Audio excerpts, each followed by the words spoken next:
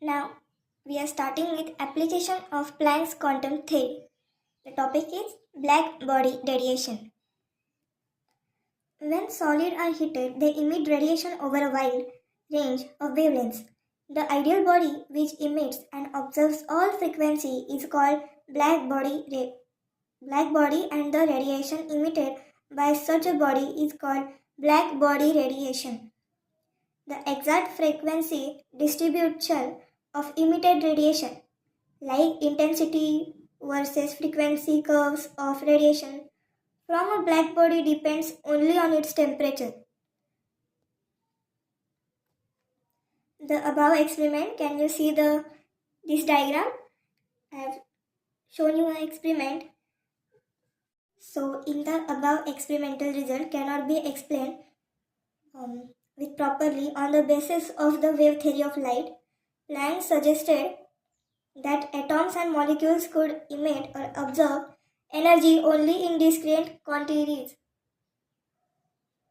So our next topic is 1 electron volt.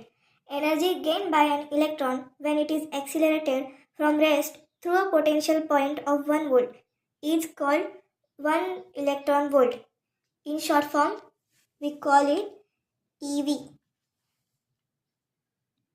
Please note this point. Positive charge always moves from high potential to low potential, and negative charges always moves from low potential to high potential if it set free.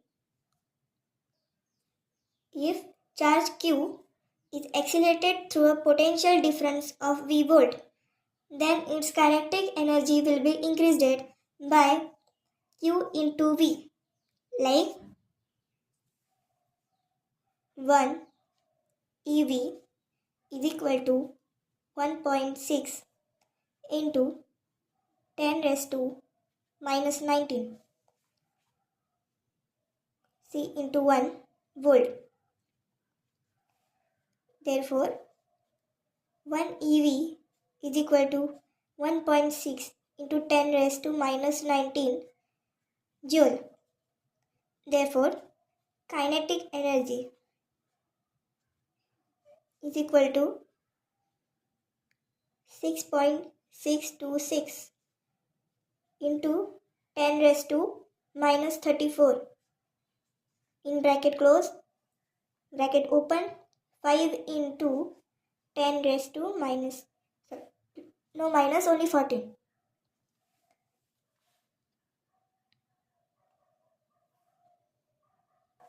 So this is 1 volt, this is 0 volt, here is electron going on, and here is 1 volt.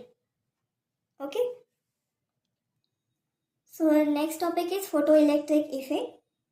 When certain metals, for example potassium, rubidium, caesium, etc., were exposed to beam of light, electrons were ejected as shown in figure.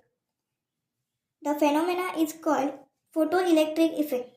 The result observed in experiment. Now I will tell you some points. You have to just hear. Wherever important will be, I will point them. The electrons are ejected from the metal surface as soon as the beam of light strikes the surface. There is no time lag between the striking of light beam and the ejection of electron from the metal surface. The number of electrons ejected is proportional to the intensity of brightness of light. For each metal, there is characteristic minimum frequency, also known as threshold frequency, below which photoelectric effect is not observed. At a frequency, the ejected electron come out with certain kinetic energy. The kinetic energy of this electron increases with the increase of frequency of the light used. When a photon of sufficient energy strikes an electron in the atom of the metal, it transfers its energy instantaneously to the electron during the collision, and the electron is ejected without any time lag or delay. Greater the energy possessed by the photon, greater will be the transfer of energy to electron and greater the kinetic energy of the ejected electron. In other words, kinetic energy of the ejected electron is proportional to the frequency of the electromagnetic radiation. Since the striking photon has energy equal to HV0, is also called work function W0, then the difference in energy will be HV minus HV0 is transferred as the kinetic energy of the photoelectron. Following the conservation of energy principle, the kinetic energy of the rejected electron is given by the equation. Please remember this equation. HV is equal to HV0 plus 1 raised to 2 MeV2. Very important.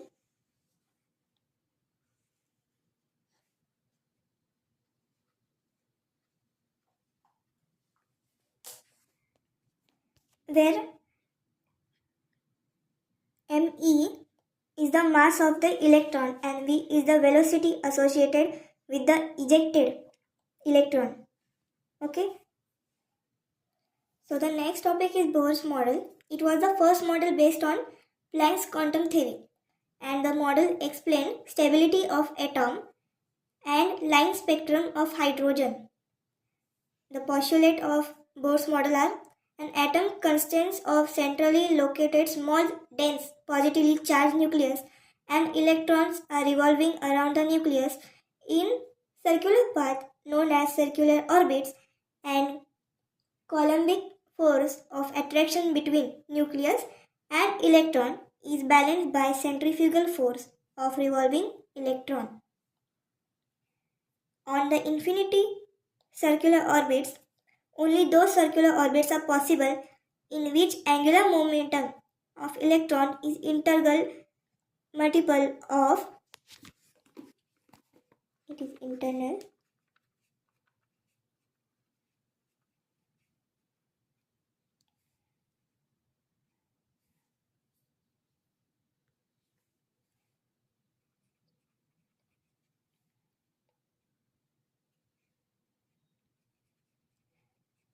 multiple of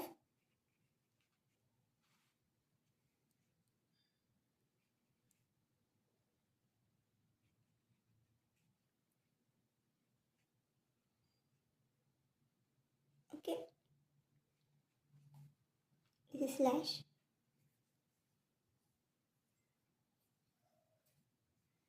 Angular momentum of an electron can have fixed values like fixed values are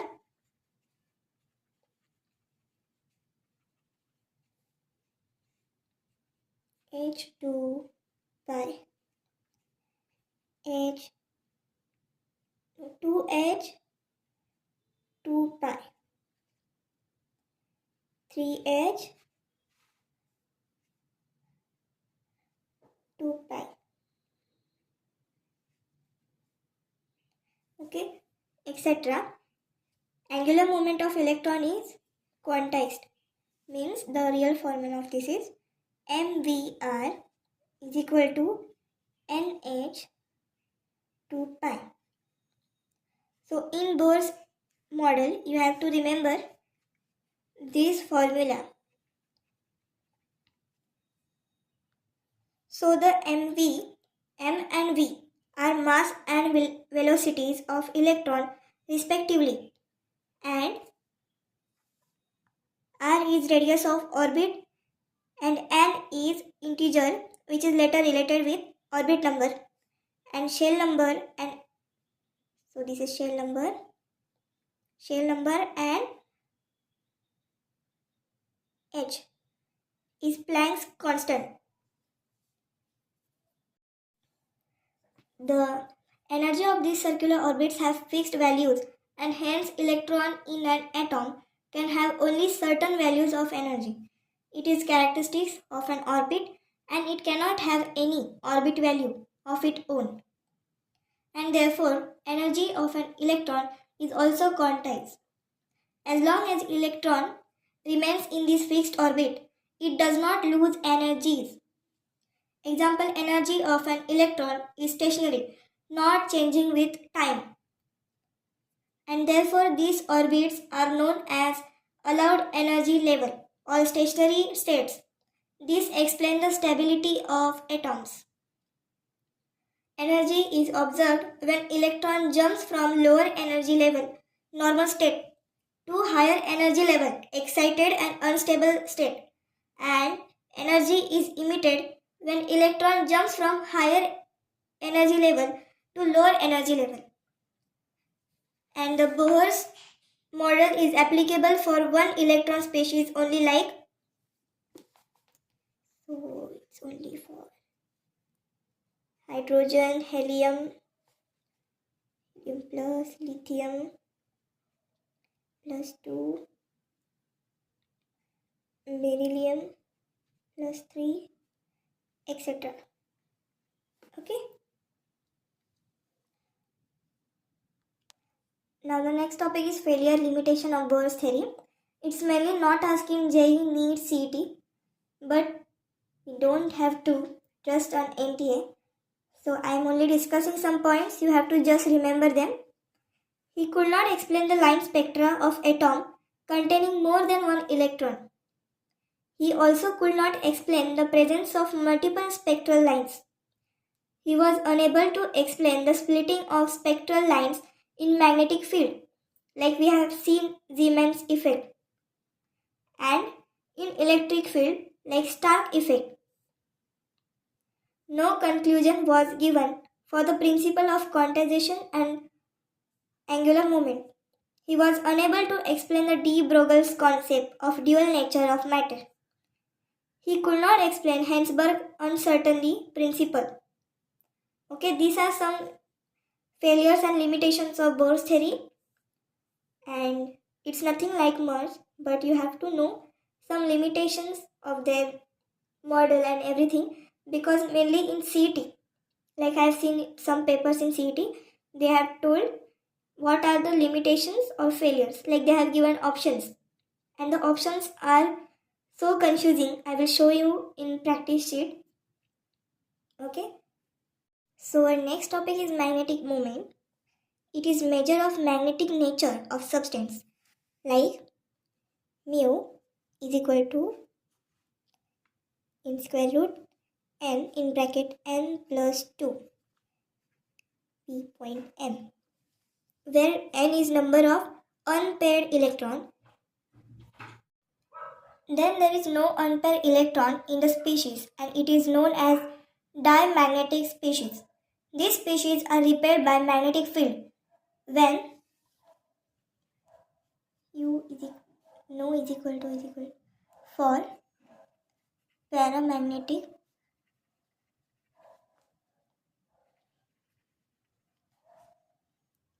species. On diamagnetic for diamagnetic it is M is equal to 0. It's for diamagnetic.